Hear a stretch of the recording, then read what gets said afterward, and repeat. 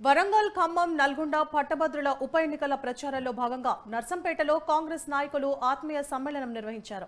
ఈ కార్యక్రమంలో ఎమ్మెల్సీ అభ్యర్థి తీన్మార్ మల్లన్న, నర్సంపేట ఎమ్మెల్యే దొంతి మాధవరెడ్డి, మహబూబాబాద్ ఎంపీ అభ్యర్థి బలరాం నాయక్ పాల్గొన్నారు.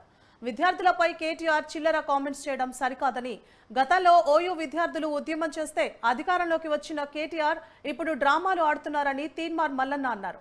ఫోన్ ట్యాపింగ్లు చేసి భార్యాభర్తల మధ్య చిచ్చు పెట్టిన పాపం కేటీఆర్కే అని మండిపడ్డారు.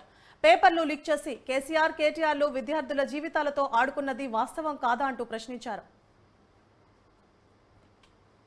గొప్పగా అక్క చెల్లెలు అన్న తమ్ములకందరికీ కూడా మరోసారి ధన్యవాదాలు చెప్తూ, ఇవాళ గవర్నర్ల పెద్దలు పూజలు మన ఈ నియోజకవర్గం ఎమ్మెల్యేల గవర్నర్ పెద్దలు మాధవరెడ్డి గారికి, అదేవిధంగా తీర్మాల్ మల్లన్న గారికి, అదేవిధంగా అనిల్ గారికి, రాము గారికి, రమేష్ గారికి, సాంబయ్య గారికి, శ్రీనివాస్ గారికి, జగన్మోహన్ గారికి, తిరుపతి రెడ్డి గారికి, శ్రీనివాస్ రెడ్డి గారికి అందరికీ కూడా పేరు పేరున ధన్యవాదాలు. ముఖ్యంగా తీర్మాల్ మల్లన్న గురించి చెప్పాలంటే ఏదో ఒక విధంగా ఈ రాష్ట్రానికి బీద ప్రజలకు ఉపయోగపడే వ్యక్తి.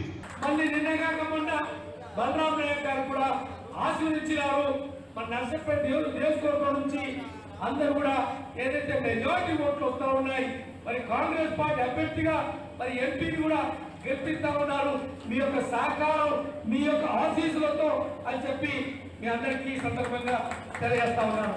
మరి ఈరోజు మరి మేమందరం ఈ రాష్ట్రంలో ఈ ప్రాంత అభివృద్ధి కొరకు, ఈ ప్రాంత ప్రజల సంక్షేమం కొరకు ఏదైతే మీరు చెప్పిన పనులు చేసే ఆ యొక్క కార్యక్రమంలో మరి పనిచేసే వాళ్ళం.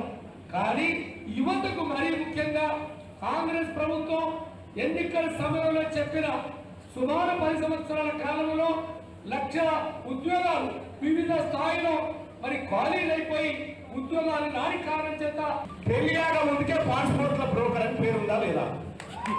దుబాయ్ చంద్రశేఖర్ అని పేరు ఎందుకు వచ్చింది? మేరకు పాస్పోర్ట్లు దొంగతనం ఇప్పించి, విజిటింగ్ వీసాలు ఇప్పించి, వీడికేది హైదరాబాద్కి ఏది బొంబాయి తీసుకుపోయి బొంబాయిలో దించి విమానంలో ఇదే రా దుబాయ్ అని చెప్పినాడు కల్వకుంట్ల చంద్రశేఖరరావు. కాగా కేసీఆర్ నీ దోస్తు ఎక్కడ బతిపడి కారున్న మాధవరెడ్డిని అడిగితే చెప్పరా ఈ మాట? నీ సిద్ధవర్గ కారున్న శ్రీనివాస్ రెడ్డిని అడిగితే చెప్పరా మీ అజరాల శిక్షకు ఎందుకు కట్టేసుకొచ్చిందని చెప్పరా? మీ నాయనకు అందరికి గోరుముందలతో వస్తే మీ నాయనకు పుడితేనే బ్రోకర్, పాస్పోర్ట్ల బ్రోకర్ అని పేరు వచ్చింది మీ నాయనకు. ఇక నువ్వు ఏమని సంసారంలో అగ్గిపెట్టాలి? నాగార్జున కోడలేం మాట్లాడుతుంది, ఈ పిల్లగాడికి పోతుండు, వాళ్ళ ఫోన్ కూడా వాళ్ళ ఫోన్ చేసి బ్లాక్ మెయిల్ చేయాలి. ఇది కేపీ రామారావు గారి పని. ఎవడన్నా ఈ 10 ఏళ్ల కాలంలో తీన్మార్ మల్లన్న చేసిన పోరాటంలో ఏ కాలం అన్నా నాకు అనిపించినాడు. ఒక్కనాడన్నా నా ఆఫీసుల మీద దాడులు చేసి, హత్యాయత్నాలు చేసి, ఈ బిడ్డ నా చిన్న పిల్లలు, 2 పిల్లలు డాడీ అని 100 రోజులు ఏడుస్తుంటే నన్ను జైల్లో పెట్టినావు కదా కేసీఆర్. నువ్వు ఈ నీ క్యాండిడేట్ ఎవరన్నా ఈ తరపున ప్రజల తరపున పోరాటం చేసినాడు ఉన్నాడా? ఆ రోజు నా బిడ్డల్ని 100 రోజులు ఏడిపించినావు. ఇవాళ నీ బిడ్డ ఏడుస్తున్నావు. కాలం సమాధానం